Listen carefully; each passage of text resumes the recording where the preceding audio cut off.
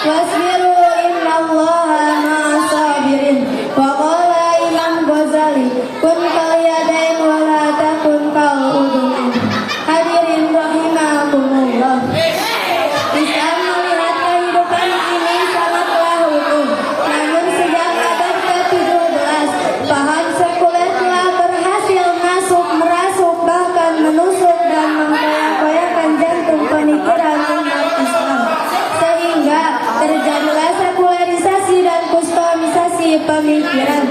Ada dunia, ada akhirat, ada surga, ada neraka, ada orang kafir, ada orang muslim, ada kebaikan, ada pula kebencian.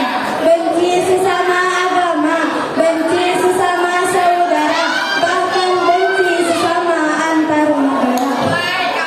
Padahal Allah telah memerintahkan kepada kita sebagai umat Islam supaya dapat memperkokoh persatuan dan kesatuan umat untuk kemenangan Islam serta melarang cerai-berai. Untuk itu, persatuan umat merupakan pilar utama sebuah kemenangan adalah tema yang akan saya uraikan. Hadirin rahimakumullah. Allah telah memberikan penegasan tentang pentingnya memperkokoh persatuan dan kesatuan umat serta melarang cerai-berai, karena bahwasanya antar sesama umat muslim adalah saudara. Muslim di Palestina adalah saudara kita, muslim di Kashmir India adalah saudara kita, termasuk muslim di Kashmir di Rohingya Myanmar itu adalah saudara kita. Sedangkan apakah ada jiwa jihad kita ketika kebatilan merajalela? Adakah kobaran untuk memberantas kemungkaran di hati kita? Relakah kita ketika bumi Palestina dibombardir, kaum Rohingya dianiaya, bahkan bayi dan anak yang tidak berdosa pun ikut dibunuh? Tentu tidak, saudara.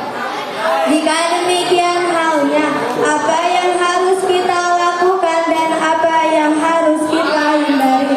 Allah Subhanahu wa taala berfirman dalam Al-Qur'an surah Al-Anfal ayat 46.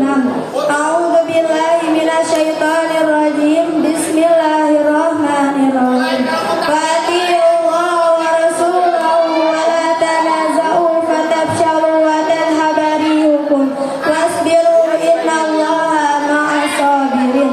Dan taatilah Allah dan Rasulnya, dan janganlah kamu berselisih yang menyebabkan kamu gentar dan kekuatanmu hilang, dan bersabarlah, sesungguhnya Allah beserta orang-orang yang sabar.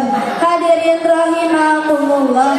Dalam ayat ini Allah memberikan 3 konsep untuk menuju sebuah kemenangan. Yang pertama, taatilah Allah dan Rasulnya di dalam kehidupan berbangsa dan bernegara. Yang kedua, dilarang bercerai-berai antar sesama umat muslim. Dan yang ketiga, bersabarlah, sesungguhnya Allah beserta orang-orang yang sabar. Imam Al-Ghazali beliau pernah berkata, kun kal yadain wa la takun kal udunain. Jadilah seperti kedua tangan, jangan seperti kedua telinga. Jadilah umat yang bersatu dan kompak untuk sebuah kemenangan. Berat sama dipikul, ringan sama dijunjung. Hadirin rahimakumullah. Dari awal sampai akhir dapat diambil kesimpulannya bahwa kunci untuk sebuah kemenangan diantaranya ada 3. Yang pertama, dengan mentaati Allah dan Rasulnya. Yang kedua, dengan memperkokoh persatuan. Dan yang ketiga, tetaplah bersabar sampai kemenangan kita dapatkan. Sekian yang dapat saya sampaikan. Mohon maaf